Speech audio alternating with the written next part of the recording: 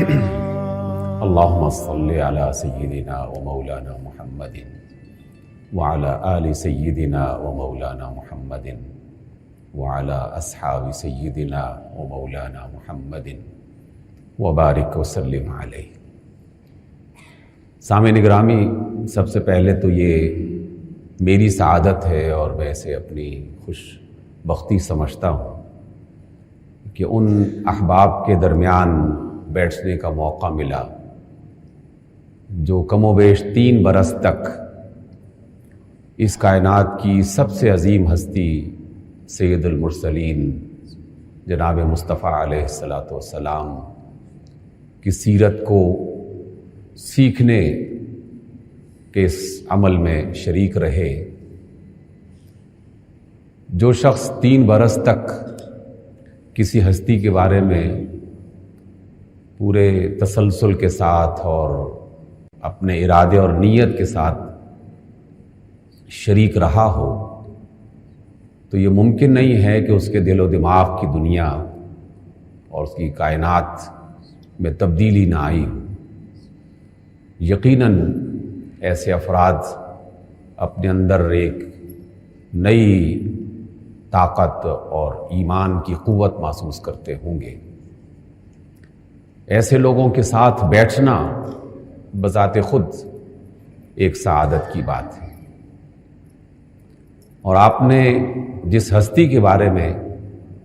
پڑھا اور سنا اور جانا اور اس پر غور کیا ہوگا، یقیناً وہ بلا مبالغہ اور ہمارے تو ایمان کا جز نہیں بلکہ وہ ایمان ہے کہ اس کائنات کی سب سے معتبر، سب سے زیادہ پسندیدہ اور سب سے عظیم الشان ہستی نہ صرف اپنے مرتبوں کے اعتبار سے اور درجات کے اعتبار سے بلکہ ہمارے ساتھ ان کی اور ہماری ان کے ساتھ جو نسبت بتائی گئی ہے، یہ بھی بذات خود ایک بہت عظیم الشان خوش بختی کی بات ہے۔ رسول اللہ صلی اللہ علیہ وسلم خود فرماتے ہیں کہ انا حبیب اللہ ولا فخر، میں اللہ کا محبوب ہوں، اس پر فخر نہیں کرتا۔ انا حامل لواء الحمد یوم القیامہ وتحتہ آدم ومن دونہ ولا فخر، قیامت کے روز الحمد کا پرچم میرے ہاتھ میں ہوگا اور آدم سے لے کر جو بھی بعد میں آنے والے قیامت تک سب اس پرچم کے نیچے کھڑے ہوں گے، میں اس پر فخر نہیں کرتا۔ آپ نے فرمایا کہ وَأَنَا أَوَّلُ مَنْ يَفْتَحُ حَلَقَ الْجَنَّةِ فَإِنَّ اللَّهَ يُدْخِلُ مَعِي فُقَرَاءَ الْمُؤْمِنِينَ وَلَا فَخْرٍ، میں سب سے پہلے قیامت کے بعد جنت کا دروازہ کھولنے والا ہوں گا، اور یہ آخری جو حصہ ہے اس کا، یہ ہم سب کے لیے یقیناً قابل غور بھی ہے اور سعادت کا باعث بھی ہے۔ آپ فرماتے ہیں کہ میرے ساتھ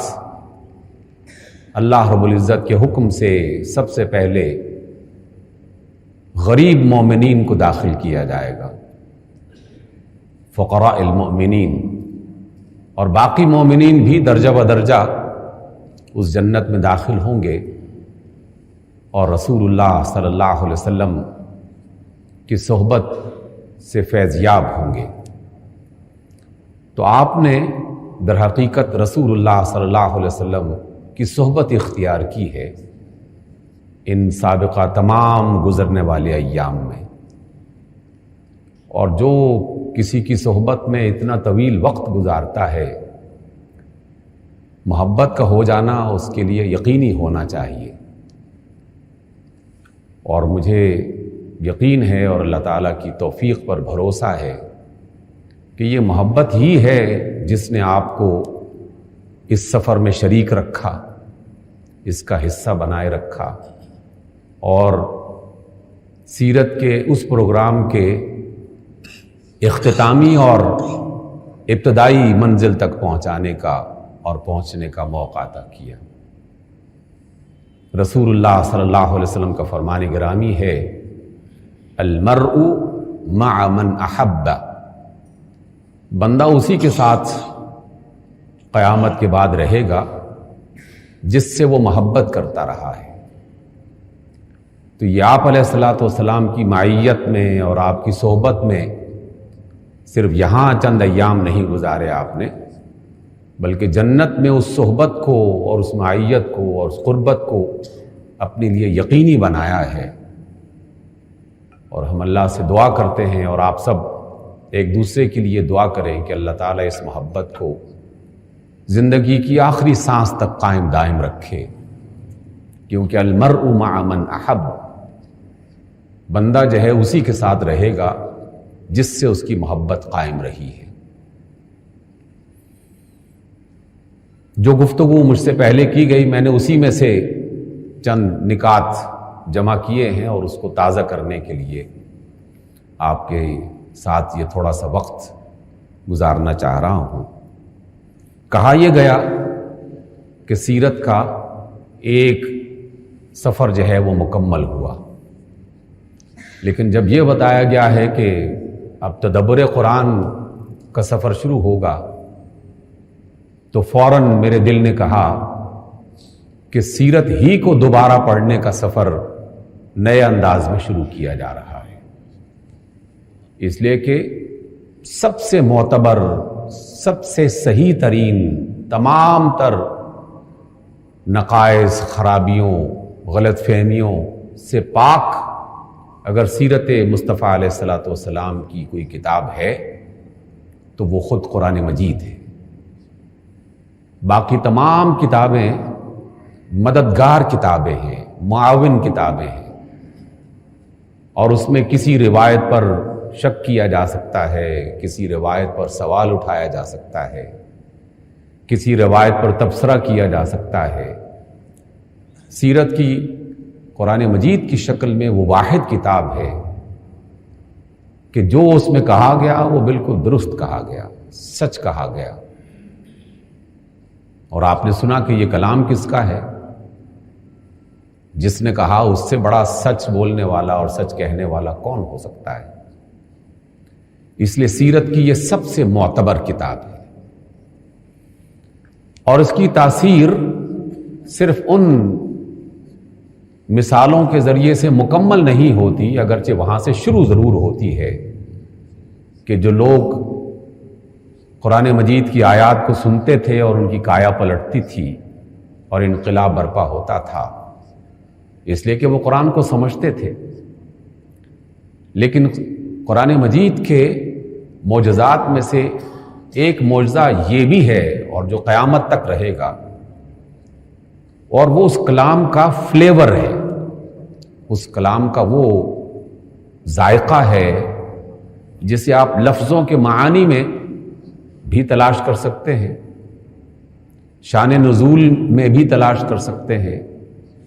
آیات کے باہمی تعلق میں بھی تلاش کر سکتے ہیں۔ لیکن اگر یہ نہ بھی ہو تو جب کسی زرخیز زمین میں طلب اور چاہت کی پیاس پیدا ہوتی ہے تو اللہ تعالیٰ اپنے اس کلام میں کوئی ایسا رنگ پیدا کر دیتے ہیں کہ اثر خود بخود دل کے اندر داخل ہو جاتا ہے۔ آپ نے 3 مثالیں سنی اپنے سیرت کے بیان کرنے والے اور قرآن کی تعلیم دینے والے استاد کے حوالے سے۔ مجھے چند برس پہلے جاپان میں جانے کا اتفاق ہوا، وہاں کے دوستوں نے ایک مسجد میں نماز اور گفتگو کے بعد بتایا کہ گزشتہ رمضان کی تراویح میں ایک خاتون مسلمان ہوئی اور بالکل منفرد انداز میں مسلمان ہوئی۔ مختصر ترین تفصیل کہ ہم نے نماز تراویح شروع کروائی اور پاکستان سے ایک قاری صاحب تشریف لائے ہوئے تھے۔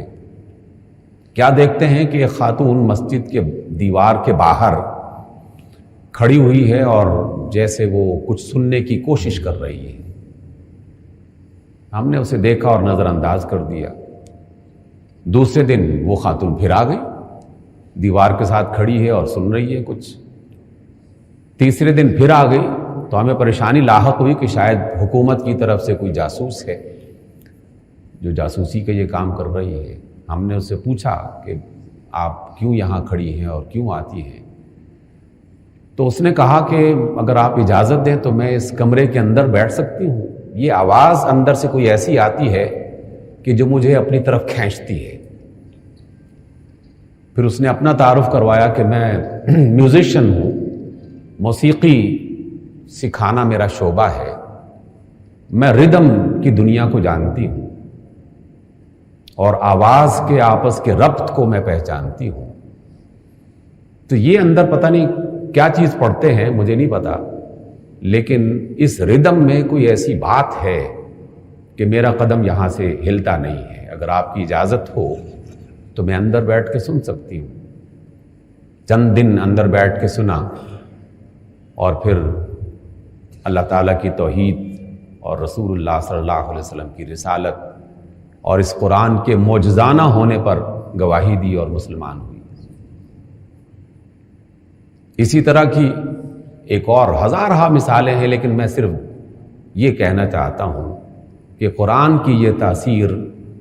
عرب کے ماہرین اور بلاغت کے ماہرین کو جہاں متاثر کرتی تھی، وہاں عجم کے بالکل نہ بلد اور نہ واقف لوگوں کو بھی اپنے اپنے انداز میں اس کا اثر منتقل کرنے کا ذریعہ بنتی ہے۔ ہمارے ایک دوست تھے، دعویٰ اکیڈمی میں پڑھاتے رہے، ایک طویل وقت ان کے ساتھ گزرا، ڈاکٹر عبدالجبار بیگ ان کا نام ہے، آج کل امریکہ میں ہوتے ہیں۔ کہنے لگے کہ میں ایک بس اسٹاپ پہ بس کا انتظار کر رہا تھا، میرے ہاتھ میں قرآن مجید انگلش ٹرانسلیشن کی صورت میں موجود تھا، تو ایک بلیک امریکن میرے پاس کھڑا ہوا، مجھے شکل سے پہچان لیا کہ یہ کوئی مسلمان ہے اور پاکستانی ہے، تو بہت سخت لہجے میں ایک بری سی گالی مجھے دی اور کہا کہ تم ایسے ہو اور تم ایسے ہو۔ میں نے اس کی بات کو نظر انداز کر دیا، کوئی جواب ظاہر کہ نہ دینا بھی نہیں چاہتا تھا اور دے سکتا بھی نہیں تھا، نظر انداز کیا۔ بس اللہ کی مرضی سے کچھ تاخیر ہو گئی اس کو، تو وہ کھڑا کھڑا اچانک اس نے سوال کیا کہ یہ تمہارے ہاتھ میں کیا ہے؟ میں نے بغیر جواب دیے وہ ترجمے والا قرآن جو تھا وہ اس کے ہاتھ میں پکڑا دیا۔ اس نے کھولا، ورق گردانی کرنا شروع کر دی۔ ایک بس آئی گزر گئی، دوسری بس آئی گزر گئی، اور وہ پڑھ رہا ہے۔ پڑھتے پڑھتے بیٹھ گیا اور صرف آدھے گھنٹے کے بعد اس نے کہا کہ کیا میں مسلمان ہو سکتا ہوں؟ یعنی تاثیر کی اس طرح کی عجیب و غریب قسم کی صورتیں ہیں۔ بس رسول اللہ صلی اللہ علیہ وسلم کی ایک شرط ہے، آپ نے فرمایا انسان جو ہیں یہ بھی زمین کی مختلف حالتوں کی طرح ہوتے ہیں۔ کچھ زمینیں زرخیز ہوتی ہیں جس پر بارش برسے فوراً اس اثر کو قبول کرتی ہیں اور خود بھی اس سے فیضیاب ہوتی ہیں اور دوسروں کو بھی فیضیاب کرنے کا ذریعہ بنتی ہیں، اور کچھ زمینیں ہیں جو خود زرخیز تو نہیں لیکن نشیبی ہونے کی وجہ سے پانی اپنے اندر جذب کر لیتی ہیں، خود عمل کریں یا نہ کریں، فائدہ اٹھائیں یا نہ فائدہ اٹھائیں، لیکن دیگر مخلوقات کو فائدہ پہنچاتی رہتی ہیں۔ اور کچھ زمینیں بنجر چٹیل، بارش سے پہلے بھی بنجر اور بیکار تھیں، اور بارش آ جائے تو اس کے بعد بھی بنجر اور بیکار ہی رہتی ہیں۔ بس اپنی زمین کو زرخیز بنانے کی ضرورت ہے۔ جس کی زمین زرخیز ہوگی، بارش کا ایک قطرہ اس کے اندر وہ تازگی اور وہ رونق پیدا کر دے گا، جس کے بارے میں اقبال فرماتے ہیں کہ ذرا نم ہو تو یہ مٹی بڑی زرخیز ہے ساقی۔ بس نمی کی ضرورت ہے۔ اور یہ سیرت طیبہ جو آپ کسی اور انداز میں پڑھتے رہے اور اب ایک اور انداز سے پڑھیں گے، یقیناً اس زمین کو زرخیز بنانے کا، انسان کے دل کو زندہ کرنے کا ایک بہت بڑا ذریعہ ہے۔ تیسری بات، آج کی اس مجلس کا آغاز تلاوت کلام مجید سے ہوا، تو اس میں 2 مختلف حصوں سے تلاوت کی گئی. پہلے حصے میں ایک آیت جو آپ سب لوگوں کو یاد ہے، ہم سب کو یاد ہے، لیکن اسے مقصد زندگی اگر بنا لیا جائے تو پھر انسان کے رویے، انسان کی کردار، انسان کی عادتیں خود بخود بدلنا شروع ہو جاتی ہیں. ایک ایسا رنگ انسانی شخصیت پر آ جاتا ہے کہ پھر اس کی ہر بات اس کے ساتھ جڑنا شروع ہو جاتی ہے، ہر کام اس کے ساتھ جڑنا شروع ہو جاتا ہے، ہر کیفیت اسی کے ساتھ جڑنا شروع ہو جاتی ہے. آج بحریہ یونیورسٹی میں نئے اساتذہ کی ٹریننگ کے لیے ایک پروگرام چل رہا تھا اور گزشتہ 7 دن سے چل رہا تھا. تو آج ایک نوجوان جو ہے وہ بے چین ہو کر یہ کہنے پر مجبور ہو گیا کہ آپ لوگ پتہ نہیں ہر بات میں اسلام کو لے آتے ہیں، ہر بات کو اللہ تعالیٰ کے ساتھ جوڑنے کی کوشش کرتے ہیں. میرے ساتھ نہیں ہوئی لیکن میرے ایک اور ساتھی تھے، ان سے یہ سوال کیا گیا. مجھے یہ مغرب سے کچھ دیر پہلے پتہ چلا کہ آج یہ ہوا تھا، اور مغرب کے بعد یہ آیت سنی، قل ان صلاتی ونسکی ومحیای ومماتی للہ رب العالمین. سیرت کا مرکزی پیغام اور کتاب سیرت قرآن مجید کا بھی مرکزی پیغام کہ لوگوں کہہ دو. یہ اللہ نے اپنے رسول سے فرمایا کہ آپ کہہ دیں. در حقیقت ان کے واسطے سے ہم سے یہ کہا جا رہا ہے کہ تم یہ کہہ دو کہ بے شک میری نماز، میری قربانی اور پھر میرا جینا پورا کا پورا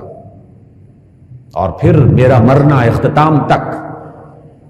بس للہ رب العالمین، اے اللہ تیرے لیے ہے، تو رب العالمین ہے. تو پھر ہر بات اللہ تعالیٰ کے ساتھ خود بخود جڑنا شروع ہونی چاہیے. ہر کام کا حوالہ خود بخود اللہ کے ساتھ اور اس کے رسول کے ساتھ قائم ہو جانا چاہیے، کیونکہ ہم سے تو یہ اقرار کروایا گیا ہے. قل کہہ دیجئے ان صلاتی و نسکی و محیای و مماتی للہ رب العالمین.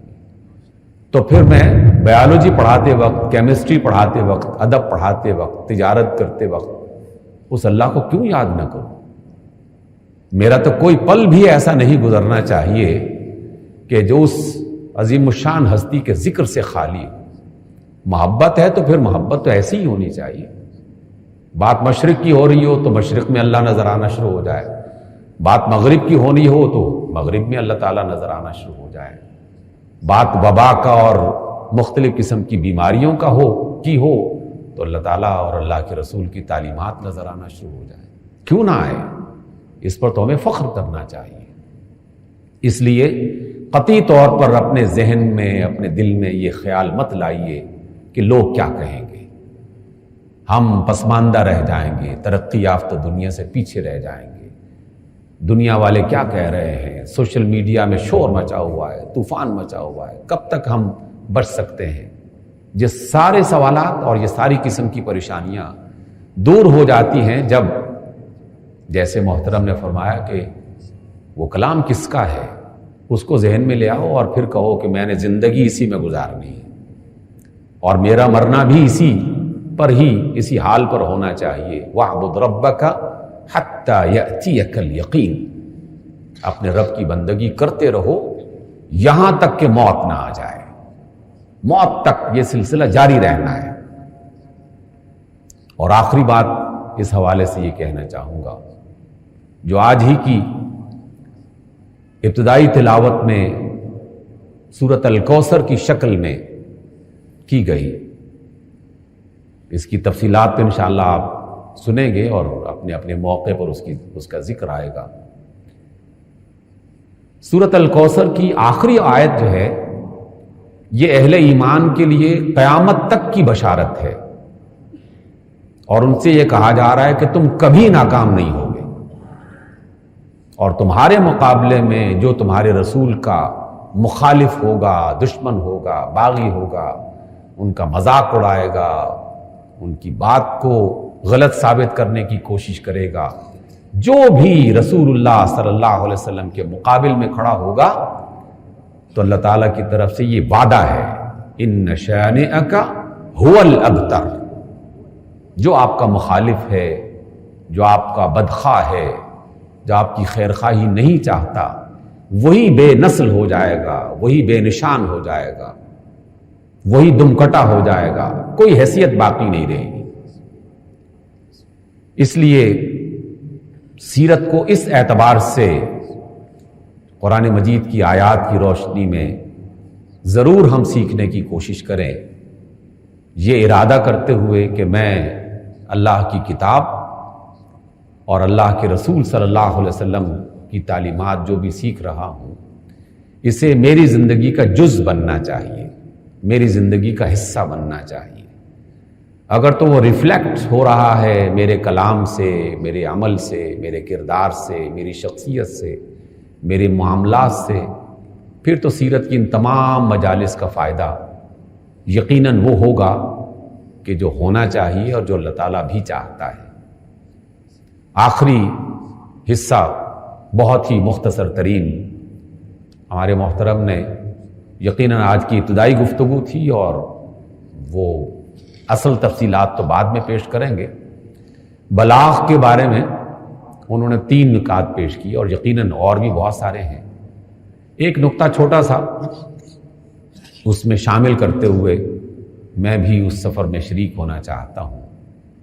بلاغ کی ایک مؤثر ترین صورت یہ بھی ہوتی ہے کہ وہ اگر میری کسی ضرورت سے متعلق ہے تو میری توجہ اس کی طرف خواہ ہو جائے گی، لازماً ہو جائے گی۔ آپ مجلس میں بیٹھے ہوئے ہیں اور باتیں ہو رہی ہیں، اچانک آپ کے کان میں آواز پڑتی ہے جیسے کوئی شخص آپ کا نام لے کر بات کر رہا ہے، آپ فوراً متوجہ ہو جائیں گے یہ میری بات کس حوالے سے ہو رہی ہے، اس لیے کہ وہ آپ کی بات کر رہا تھا، آپ کی توجہ اس کی طرف منتقل ہو گئی۔ کسی مقام پر ہیں اور آپ کسی چیز کے طلبگار ہیں، اس کی ضرورت ہے اور آج کل اس کی تلاش کر رہے ہیں، گفتگو کرنے والوں میں سے کسی نے اچانک وہ موضوع چھیڑ دیا تو آپ کی توجہ فوراً اس کی طرف جائے گی کہ اچھا یہ تو میری بھی طلب تھی، میری بھی ضرورت تھی، آج کل میں یہی چیزیں دیکھ رہا ہوں۔ اور ہم اپنی زندگی میں بارہا اس کا مشاہدہ کر چکے ہیں۔ آپ سب لوگوں نے جو یہاں تشریف فرما ہیں، اسی بستی کے آس پاس کہیں نہ کہیں مکان بنائے ہوں گے۔ جب آپ نے مکان بنانا شروع کیا ہوگا تو اس وقت آپ کا ذہن 24 گھنٹے انہی چیزوں کے بارے میں سوچتا ہوگا کہ اس میں پتھر کہاں سے لایا جائے گا، میکینک کون سا ہوگا، نقشہ کون بنائے گا، ڈیزائن کیسا ہوگا، رنگ کیسا ہوگا۔ تو جہاں کہیں سے بھی آپ نے کوئی بات سنی جو آپ کے اس ضرورت سے متعلق ہو تو فوری طور پر انسان کی توجہ اس طرف ہو جاتی ہے۔ قرآن مجید کا ایک بڑا تعارف یہ بھی ہے، باقی تعارف تو ہو چکے کہ یہ اللہ کا کلام ہے، یہ بھی ہو چکا کہ اس سے بہتر اور کوئی کلام نہیں ہے، اس کی بلاغت کی تاثیر اور دیگر تاثیرات، لیکن اس کا ایک بڑا پیغام اور بڑی پہچان یہ ہے کہ قرآن مجید میری ضرورت ہے، میری ضرورت کی تمام چیزوں سے یہ قرآن بات کرتا ہے، اس کے بارے میں رہنمائی دیتا ہے۔ جو بھی میری ضرورت ہے، کوئی ضرورت ایسی ہے نہیں کہ جس کے بارے میں اس قرآن مجید نے رہنمائی نہ کی ہو، اس لیے یہ قرآن میری ضرورت ہے، میرے بارے میں بات کرتا ہے۔ اللہ کی عظمت تو ہے ہی، وہ تو کوئی شک ہی نہیں ہے، لیکن میرا اس سے تعلق اس وجہ سے ہے کہ یہ میری ضرورت ہے۔ بس اس قرآن کو اپنی ضرورت بنا لیجئے، جب یہ میری اور آپ کی ضرورت بن جائے گا تو میرا اور آپ کا رویہ بھی بدل جائے گا۔ ابھی میری اور آپ کی اسے ضرورت نہیں بنایا گیا، ابھی یہ ہفتے میں ایک دن بیٹھنے کی اور مجلس کی ایک صورت بنی ہے۔ جب میری ضرورت بنے گی تو پھر گھر گھر سے اور ایک ایک قدم سے یہ قرآن خود میری شخصیت کے اندر سے بولے گا کہ ہاں یہ بندہ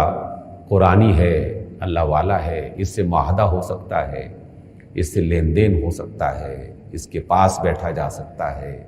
اس سے رشتہ ناتا کیا جا سکتا ہے، اس سے محبت کی جا سکتی ہے، اس کی دوستی قابل اعتماد ہے،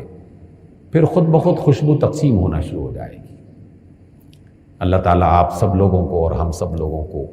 اس قرآن سے وابستہ رکھے، صاحب قرآن جناب رسول اللہ صلی اللہ علیہ وسلم سے وابستہ رکھے، اور اس قرآن کو اور رسول اللہ صلی اللہ علیہ وسلم کی ذات گرامی کو